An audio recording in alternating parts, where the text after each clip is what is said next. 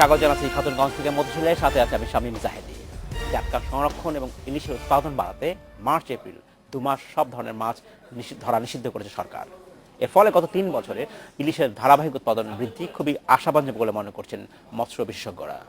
আজ আমরা আলোচনা করব ইলিশের সংরক্ষণ এবং উৎপাদন নিয়ে। এ নিয়ে কথা বলতে আমাদের স্টুডিওতে রয়েছেন ঢাকা বিশ্ববিদ্যালয়ের প্রাণিবিদ্যা বিভাগের অধ্যাপক ডক্টর আব্দুর রব মোল্লা এবং অধ্যাপক ডক্টর মোহাম্মদ নিয়ামুল নাসের। তবে আলোচনা শুরু করার আগে দেখে নেব একটি প্রতিবেদন। লক্ষ্মীপুরের রামগতির আলেকজান্ডার থেকে চাঁদপুরের ৬০ নলের ১০০ কিলোমিটার এলাকা ইলিশের অভয়াশ্রম হিসেবে পরিচিত। উৎপাদন বাড়াতে আগামী ৩০ এপ্রিল পর্যন্ত এই এলাকাসহ সারা দেশে সব ধরনের ইলিশ আহরণ, বাজারজাত ও মজুত নিষিদ্ধ করেছে সরকার। নিষেধাজ্ঞা চলার সময় প্রণোদনা হিসেবে জেলেদের নগদ অর্থ ও চাল বিতরণ করা হবে বলে জানান মৎস্য কর্মকর্তা। মার্চ এবং এপ্রিল মাছ না ধরার জন্য 40 কেজি করে প্রতি মাসে চাল দেব এবং আমরা মন্ত্রণালয়ে লিখেছি অতি শীঘ্রই খাদ্যশস্য চলে আসবে। সরকারি সহযোগিতা পেলে মাছ ধরা থেকে বিরত থাকবেন বললেন জেলেরা। এই অভিযান যাতে দেশের জন্য, জনগণের জন্য, জেলের জন্য উপকারে আসে। ইলিশের অভয়ারণ্য হিসেবে চিহ্নিত শরীয়তপুরের সুরেশ্বর থেকে তারাবুনিয়া ২০ কিলোমিটার এলাকায়ও মাছ ধরা বন্ধ থাকবে এই 2 মাস। এই কর্মসূচি সফল করতে পারলে আগামী বছর কাঙ্ক্ষিত পরিমাণ ইলিশ মাছ পাওয়া যাবে বলে জানালেন গবেষকরা। এই সময়টা তাদেরকে যদি বড় হওয়ার, খাওয়া দাওয়া, চলাচলের সুযোগ করে দেওয়া যায়, তাহলে আমরা কাঙ্ক্ষিত মাত্রা উৎপাদন পাওয়ার ক্ষেত্রে কাজে লাগাতে পারি। নিষেধাজ্ঞা বাস্তবায়নে নিয়মিত অভিযান পরিচালনা করা হবে জানিয়েছে মৎস্য বিভাগ। প্রশাসন, পুলিশ এদেরকে নিয়ে আমাদের যে টাস্ক ফোর্স কমিটি আছে, সেই কমিটির সিদ্ধান্তক্রমে আমরা কিন্তু রেগুলার অভিযান চালাই। নিষেধাজ্ঞা অমান্য করলে জরিমানা এবং কারাদণ্ডের বিধান রয়েছে বলেও উল্লেখ করেন কর্মকর্তারা। উমন হারাজমি, ইন্ডিপেন্ডেন্ট নিউজ। শুরু করছি আলোচনা। ডক্টর আব্দুর রব মোল্লা এবং জনাব ডক্টর নিয়ামুল নাসের, আপনাদেরকে স্বাগত জানাচ্ছি অনুষ্ঠানে। কেমন আছেন আপনারা? আজ আমরা আলোচনা করতে যাচ্ছি ইলিশ মাছের সংরক্ষণ নিয়ে এবং উৎপাদন বৃদ্ধি নিয়ে। গত কয়েক বছর ধরে সরকার যে একটু উদ্যোগ নিচ্ছে, বিভিন্ন সময় মাছ ধরার উপর এক নিষেধাজ্ঞা জারি করা হয় এবং এর ফলে আমরা দেখছি যে সাম্প্রতিক সময়ে ইলিশ মাছ এর উৎপাদন আসলে বৃদ্ধি পেয়েছে। সরকারি উদ্যোগটাকে আপনি কীভাবে দেখছেন এবং এটাকে আসলে আরও কতটা ত্বরান্বিত করা যায় যাতে আমরা আসলে সত্যিকার অর্থে বেশি পরিমাণ ইলিশ মাছ দেখতে পাই বাজারে? এটা সত্যি যে এই জাটকা সংরক্ষণের ফলে আমাদের ইলিশের উৎপাদন বেড়েছে এবং এই জন্যই আমরা মাছ বেশি পাচ্ছি। এবং আপনি তো জানেন, হয়তো বা জানেন যে আমাদের ইলিশের ক্ষেত্রে যে সমস্যার কথা বলা হয় সেটা শতকরা ৮০% এই ঝাটকার কথা বলা হয়, যে ঝাটকার সমস্যার জন্য ইলিশের উৎপাদন ব্যাহত হতে পারে। সুতরাং এটা একটা সত্যিকারের ক্ষেত্র যেখানে আমরা আমাদের সরকার যেখানে হস্তক্ষেপ করেছেন, তো এটা ভালো এবং এটাকে সঠিকভাবে কার্যকরী করতে হয় তাহলে আরও কিছু আমার মনে হয় যে দরকার। একটা হচ্ছে যে এটাকে স্ট্রং মনিটরিং এবং সার্ভাইলেন্স দরকার। আচ্ছা, এখন সরকার কতগুলো পদক্ষেপ, অনেকগুলো স্বার্থ সংশ্লিষ্ট গোষ্ঠীকে নিয়ে কাজ করছে। পুলিশ, বিডিআর বা অন্যান্য যারা কোস্টগার্ড এরা অংশগ্রহণ করছে, এটা ত্বরান্বিত হচ্ছে, ভালো হচ্ছে। তবে এইটা আমাদের সমুদ্র পর্যন্ত নিয়ে যেতে হবে, এই টহলদারিটা। কেন এই ইলিশের জাটকারা যখন সমুদ্রে যায় সেখানে উপকূলের যে নিকটবর্তী জলসীমা এখানে কিছুদিন অবস্থান করে। আমি জাটকা নদীগুলোতে বা এলাকায় সংরক্ষণ করলাম, কিন্তু তারা গভীর সমুদ্রে যাবে, কিন্তু যাওয়ার আগে তারা কিছুদিন কাটায় ওখানেও এই সময় নজরদারিটা রাখতে হবে। ধন্যবাদ। আমি আপনাকে ফিরে আসবো। ডক্টর নিয়ামুল নাসের, আপনাকে জানতে চাচ্ছি যে এই নিষেধাজ্ঞা সরকার যেটা করেছে কোন কোন এলাকার জন্য, কোন কোন ইলিশের এলাকার জন্য কার্যকর থাকবে এটা আগামী 2 মাস? এটা হচ্ছে এই মার্চ এপ্রিল হচ্ছে মেঘনার অববাহিকার, মানে আপার পদ্মা এবং মেঘনার এই দুটা জায়গার জন্য।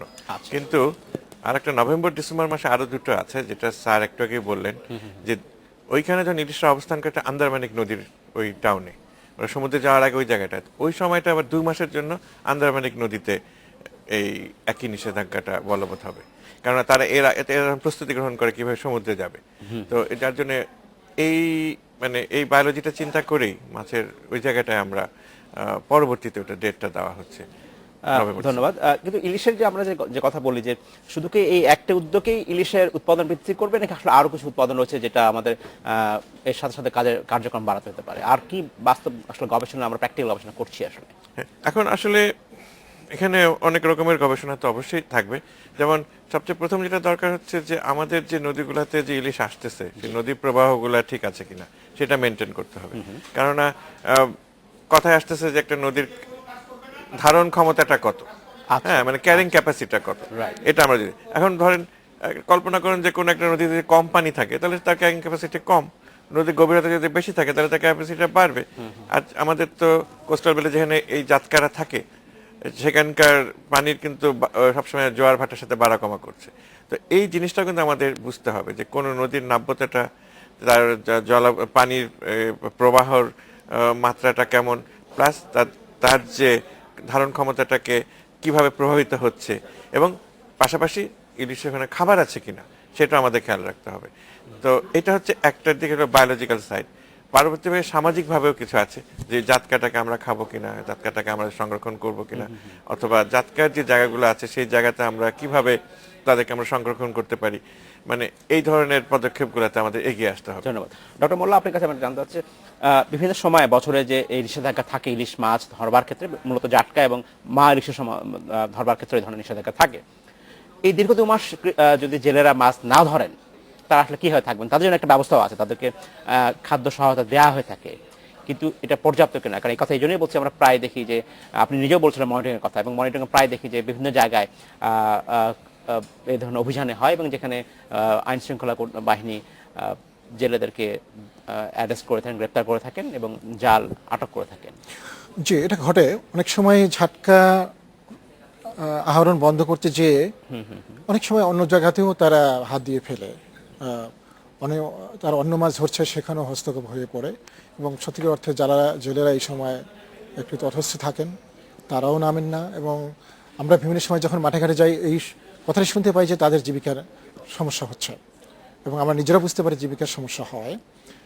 তো এটা তো করা মানে সরকার অনেকগুলো পদক্ষেপ নিয়েছেন। একটা হচ্ছে ভিজিএফ এর মাধ্যমে তাদের খাদ্য সহায়তা দেওয়া এবং অন্যান্য প্রজেক্টের মধ্য দিয়ে বিকল্প আয় বর্ধনের ব্যবস্থা করা। তো আমার মনে হয় সেটা পর্যাপ্ত নয়, আমার মনে হয় এটাকে আরও বাড়াতে হবে। যদি বাড়াতে পারা যায়, যদি জেলেরা তার কর্মসংস্থানের উপায় পায় তাহলে এটা থেকে বিরত থাকতে পারে। কারণ আপনি জানেন যে আমাদের দেশের জেলেরা বিদেশিদের মতো অত ধনী উন্নত জেলে নয়, তারা হ্যান্ড টু মাউথ। সুতরাং এই জন্য তাদেরকে যেরকম হোক তাদের বিকল্প ব্যবস্থা। হ্যাঁ, কিন্তু সরকারেরও তো আসলে সম্পদের সীমাবদ্ধতা রয়েছে, সরকার ইচ্ছা করলে অনেক অর্থ দিতে পারেন না। সাস্টেনেবল কি হতে পারে, টেকসই কি একটা পদ্ধতি নিতে পারি আমরা? প্রতি বছর সরকার আর্থিক সহায়তা দেবে বা চাল দেবে বা গম দেবে, এটাতে আসলে সমাধান নয়। কি ধরনের টেকসই সমাধান করতে? আমার মনে হয় যে এটা জেলেরা, আমরা যদি বিজ্ঞানের কথা বলি বা সোশ্যাল সায়েন্সের কথা বলি তাহলে দেখতে হবে যে মাছ যদি বেশি পায় তাহলে জেলের আর্থিক সমস্যার সমাধান হবে। তা আমরা যদি সেই একটা পর্যায়ে পৌঁছতে পারি তাহলে তারা নিজেরাই এক্ষেত্রে এগিয়ে আসবে, লাভবান হবে। হ্যাঁ, কিন্তু আমি ইতিমধ্যে একটি আর্টিকেল বিদেশিরা আমাদের দেশের গবেষণা করে দেখিয়েছেন যে জেলেদের কাছে কোশ্চেন করে যে সে এই সংরক্ষণের জন্য সে টাকা দিতে রাজি কিনা, সেখানে দেখছেন ভালো একটা টাকা দিতে তারা রাজি আছে। সুতরাং এমন যদি একটা সেন্সেশন ভিতরে আসে এবং বিদেশি উৎপাদন সত্যি সত্যি বৃদ্ধি পায় এবং এখন অনেক মানুষ এর উপর নির্ভরশীল আছে, আমরা যদি সেই নির্ভরশীলতা কমিয়ে অন্যদিকে ডাইভার্ট করতে পারি তাহলে আমার মনে হয় যে সমস্যা থাকবে না। আচ্ছা, ধন্যবাদ ডক্টর নাসির। আপনাকে জানতে চাচ্ছি যে যখন এই বিভিন্ন ভিজিএফ কার্ডের কথা কার্ড বিতরণ করা হয়, বলা হয় যে প্রকৃত জেলেরা যাতে এই সুবিধাটা পায়, কিন্তু প্রায় আমরা শুনি যে প্রকৃত এবং অপ্রকৃত জেলেরাও এই পাশাপাশি অপ্রকৃত জেলেরা সুবিধাটা পায়। এইখানে আসলে আমাদের কার্যক্রমটা কেমন হতে পারে? কারা প্রকৃত জেলে, কারা প্রকৃত জেলে নয়, এটা কার দেখা দায়িত্ব? এটার ব্যাপারে তো সরকারের একটা নীতিমালা আছে এবং সরকাররা কিন্তু একটা অবিরাম কাজ করে যাচ্ছে। আপনি যদি কোস্টাল বেল্টের ফিশারি অফিসারের কাছে যান, এখন এই সপ্তাহে তো তারা জাটকা সংরক্ষণের একটা মানে একটা প্রচারণায় আছেন, বাট অন্য সময় গেল ওনারা প্রতিদিনই কিন্তু জেলেদের ছবি তুলতেছেন এবং তারা তাদেরকে ওই নেটওয়ার্কের মানে আওতায় নিয়ে আসতেছেন। এখন যখন এখানে কিন্তু কতগুলো ঘটনা আছে আর কি, যেটা হচ্ছে ধরেন যে আমরা যখন ভিজিএফ এর যেটা আমরা করছি, চাল দিচ্ছি 40 কেজি যখন আমরা চাল দিচ্ছি, তখন যেটা করতেছে এটা কিন্তু চালটা যে স্টেশন থেকে দেওয়া হয় সেখান থেকে ক্যারিং কস্টটা দেওয়া হয় না। এখন যে চালটা ওই খাদ্য ওই ডিপো থেকে যে নিয়ে তার উপজেলা পর্যন্ত নিচ্ছে এবং সেখানে তার এই কস্টিংটা কে দিবে? হ্যাঁ, তার কারণে কিন্তু এখান থেকে কিছু তাকে ক্যারিং কস্টের জন্য সে খরচ করে ফেলতেছে বা কিছু, নিজের পয়সা তো কেউ নিবে না। না, প্লাস নিচ্ছে না। একটা এলাকায় যখন আপনার কাজ হচ্ছে, অনেকেই মানে যেটা বলা হচ্ছে তারা কিন্তু আসলে ওই যে আপনার কার্ডধারী নয়। এখন আপনি মনে করেন যে একটা এলাকায় আপনি একজন ওই এলাকার একজন সম্মানীয় Right. একজন জনপ্রতিনিধির কথাই বলছি। জনপ্রতিনিধি, আপনার এলাকায় এক গ্রুপ আছে তারা এখনো কার্ড হয়নি, কারণ তাদের ন্যাশনাল আইডি নেই, আর এক গ্রুপের কার্ড আছে। এখন সবাইকে কিন্তু উনি চেষ্টা করেন যে একটু দিতে, তখনই কিন্তু এই প্রবলেমটা হয় যে ওদের তো কার্ড নেই, আপনি ওকে কেন দিচ্ছেন? কিন্তু এই জায়গাটা একটা মিনিমাইজ হয়, আমরা দেখতে পেরেছি। ধন্যবাদ ডক্টর নাসির। আমরা নেব একটি বিরতি। আমরা নিচ্ছি একটি বিরতি, আমাদের সাথেই থাকবেন।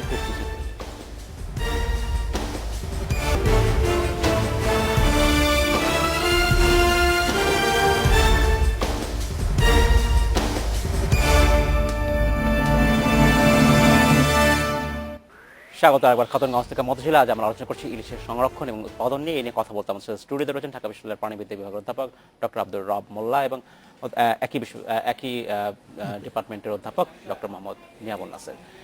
ডক্টর নাসির এবং ডক্টর মোল্লা, আপনাদেরকে স্বাগত জানাচ্ছি অনুষ্ঠানে আরেকবার। ডক্টর মোল্লা, আপনার কাছে যে বিষয়ে জানতে চাচ্ছি, আমরা আসলে জানি যে ইলিশ একটি প্রাকৃতিক মাছ এবং এটা প্রাকৃতিকভাবে উৎপাদন হয়, প্রাকৃতিকভাবে সংরক্ষণ করছি আমরা এবং সেভাবে তার উৎপাদন বৃদ্ধির চেষ্টা করছি। এ পর্যন্ত আমরা যা করছি অবশ্যই সেটা প্রশংসাযোগ্য, কিন্তু সেটা পুরোটাই আমি যদি বলতে পারি প্রাকৃতিক বা একটা ম্যানেজমেন্ট পদ্ধতির মাধ্যমে। ঠিক আধুনিক বৈজ্ঞানিক কি গবেষণা হচ্ছে যেটাতে আসলে ভবিষ্যতে, অদূর ভবিষ্যতে ইলিশ মাছের আসলে আমরা যদি বলি তার ওজন বৃদ্ধি পেতে পারে, তার যে পর্যাপ্ত খাদ্য পেতে পারে, সেই ব্যবস্থা কি চিন্তা করছি আমরা কখনো? আমার মনে হচ্ছে ইলিশের গবেষণা সংরক্ষণের জন্য, প্রাকৃতিকভাবে সংরক্ষণের জন্য অনেক তথ্যের দরকার। সে তথ্যেরই আমাদের অনেক ঘাটতি আছে। আচ্ছা, তার অ্যাকচুয়াল বিচারের ক্ষেত্র, কোথায় অ্যাকচুয়ালি সে ডিম পারে, কোথায় বাচ্চাগুলো থাকে, ছোট বাচ্চা কোথায়, বড় বাচ্চা কোথায় থাকে এবং কোথায় কিভাবে ধরা পড়ছে, এই জন্য ব্যাপক তথ্য দরকার এবং সেটা প্রাকৃতিকভাবে সেটা আমাদের ব্যবহার করতে হবে।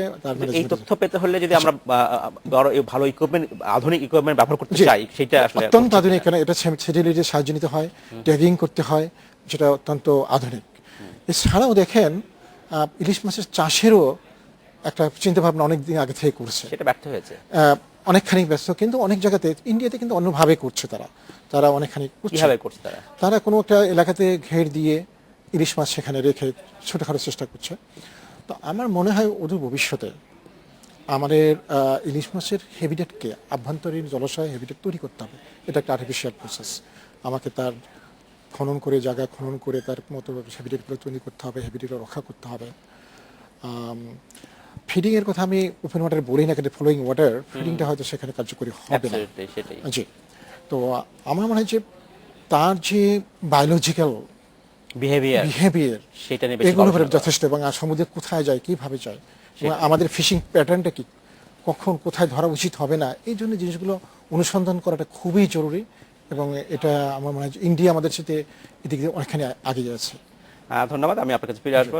ডক্টর নিয়ামুল নাসির, ইলিশ মাছ এবং স্যামন মাছ মোটামুটি একই, সমুদ্র থেকে তারা নদীতে যায়, স্বাদু পানিতে যায় বা নদীতে যায়, আবার সমুদ্রে ফিরে যায়।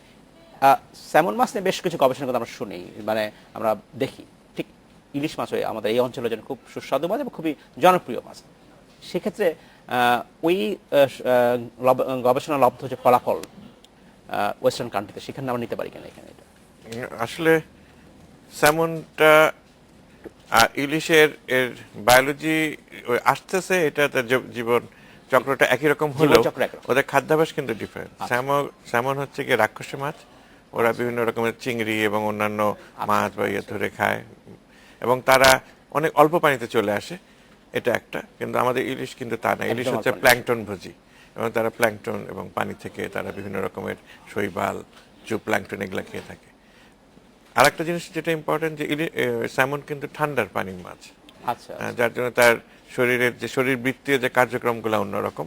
আমাদের ইলিশের আমার তো ইলিশ কিন্তু স্যামনের থেকে অনেক জোরে সাঁতার কাটতে পারে, প্রায় 370 কিলোমিটার পর্যন্ত সে যায়, এটা আমাদের রেকর্ডে আছে। তো দুটাই আসলে আলাদা, আমরা একে ওকে দেখে বললে হবে না। বললে হবে না। আর যেহেতু স্যামন নিয়ে ওরা আগে গবেষণা করেছে, অনেক গবেষণা আছে, ফলাফল বেশি পাচ্ছি। ফলাফল আমরা বেশি পাচ্ছি। ইলিশ নিয়ে আমরা যেভাবে আগাচ্ছি হয়তো আগামী 10-15 বছরে আমরা হয়তো অনেক ইনফরমেশন আমরা পেয়ে যাব, এটাই। কিন্তু যেটা আমার কথা ছিল, আপনি দেখেন যে 10 বছর আগেও কিন্তু ইলিশ আমাদের দেশে যখন এটা নিয়ে সরকার প্রথম ভাবে, তখন মাত্র 21টা উপজেলার মধ্যে নদী, আশেপাশে নদীতে যেত, সেটা কিন্তু 125টি উপজেলায় দাঁড়িয়েছে, ইলিশ পাওয়া যাচ্ছে।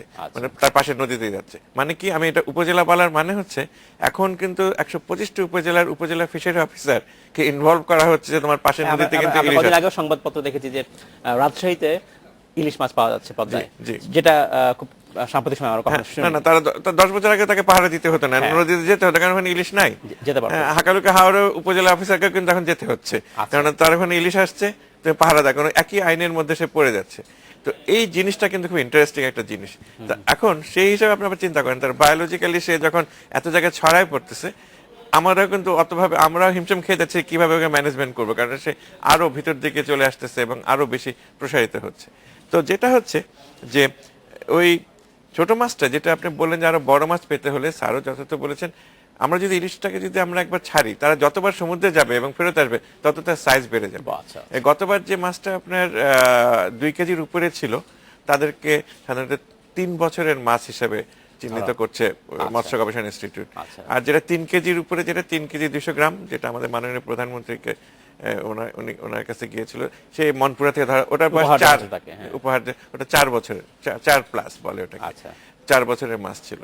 তো এই আর কি, যত আমরা সমুদ্রে তাকে যেতে দিব, অতএব আমরা যেটা মোট কথা যে আমি যদি অ্যালাউ করি জাতকাকে সমুদ্রে যেতে, আমাদের কৃষক ভাইরা বা আমাদের জেলে ভাইরা কিন্তু প্রচুর মাছ পাবে, বড় মাছ পরের বছর উপহার হিসেবে পাবে। জীবনযাত্রা মান নিয়ে কিন্তু আমরা খুব বলি না, আমরা ইলিশ মাছের দাম বেশি হলে আমরা কথা বলি অনেক বেশি দাম হলো, বাজার কিনতে পারছি না। কিন্তু জেলেদের ভাগ্য উন্নয়নে, তাদের জীবনযাত্রা মান উন্নয়নে যদি বেশি অবদান রাখা যায়, তাহলে কিন্তু আসলে সত্যিকার অর্থে ইলিশ মাছ উৎপাদন আসলে বৃদ্ধি পেতে পারে। সেই জায়গাটিকে আমরা কাজ করছি, সরকার নিশ্চয়ই কাজ করছে, কিন্তু আমি যদি বলি ইন টার্মস অফ প্রাইসিং, সেখানে তাদেরকে ভালোভাবে টাকা অর্থ দেওয়া যায় কিনা, এবং যেহেতু এটা সংরক্ষণ সবসময় সংরক্ষণ করা যায় না, তাদের ক্ষেত্রে ভালো সংরক্ষণ ব্যবস্থা কি করা যেতে পারে যাতে সারা বছর ধরে খাওয়া যেতে পারে?